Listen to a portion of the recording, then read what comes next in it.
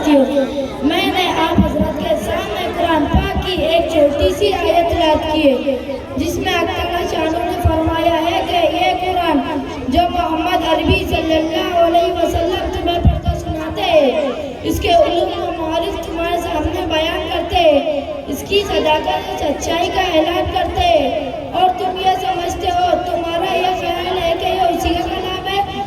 آسمانی وحی نہیں، میری طرف سے نازل نہیں ہوا ہے۔ تم میرے حبیب کو جھٹلاتے ہو۔ تم میں سے کہنے والے کہتے ہیں لو نشاء لقلنا مثل ھذا، اگر ہم چاہتے تو اس جیسا کلام بھی پیش کر دیتے۔ تو آؤ، تمہارے لیے راستہ صاف ہے، تم بھی انسان ہو، تم بھی اس خطے کے رہنے والے ہو۔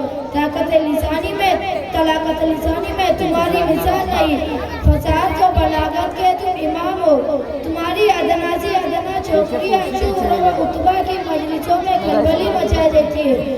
تم نظم میں مچرتے استاذ اور ماہر فن ہو، اس جیسا کلام پیش کر دو۔ حضرات، نبی کریم صلی اللہ علیہ وسلم کی زبانی خدا قدوس نے چیلنج کیا کہ اے محمد صلی اللہ علیہ وسلم، آپ کہہ دیجئے کہ یہ انسانوں کا کلام ہے۔ اگر تمام انسان، جنات اور پوری کائنات بھی اکٹھا ہو کر جیسا کلام پیش کرنا چاہے تو پیش نہیں کر سکتی، چاہے وہ ان کی ہمیں مددگار کیوں نہ بن جائے۔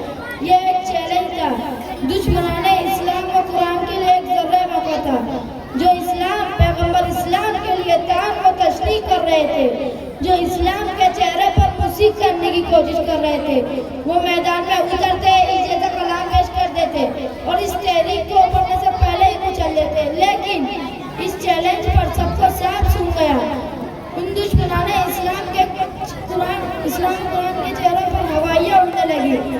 وہ سب ماہرین فن، فصیح و بلیغ اور زبان دانی میں جواب نہ رکھنے والے حیرت میں پڑ گئے۔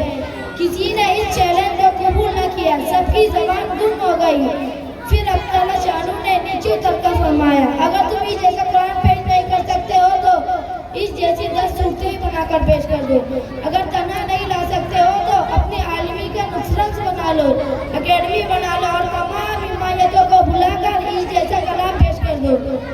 ارشاد فرمایا کہ تم یہ کہتے ہو کہ محمد صلی اللہ علیہ وسلم نے گھڑ لیا ہے، تو کہہ دیجئے کہ اے محمد صلی اللہ علیہ وسلم، آپ اس جیسی 10 صورتیں بنا کر پیش کر دو اور اللہ تعالیٰ کو چھوڑ کر جیسے بلانا چاہے بلا لو، اگر تم اپنے اس کام میں سچے ہو۔ لیکن دوستو، اس چیلنج پر بھی اگر اپنے معاشرے سے کوئی صدا بلند نہیں ہوئی، کسی کے رنگ ہمت نہیں چڑھی، کسی کی دل غیرت نہیں آئی، کسی کی طبیعت میں جوش و خروش پیدا نہیں ہوا کہ وہ اس جیسا کلام پیش کر کے رسول صلی اللہ علیہ وسلم کے خلاف ایک نیا محاذ کھڑا کر دیتے۔ سامعین اکرام، دراصل قرآن پاک اللہ تبارک کا کلام ہے۔ خودی نبی کریم صلی اللہ علیہ وسلم بھی اس قسم کا کلام بنا کر پیش نہیں کر سکتے۔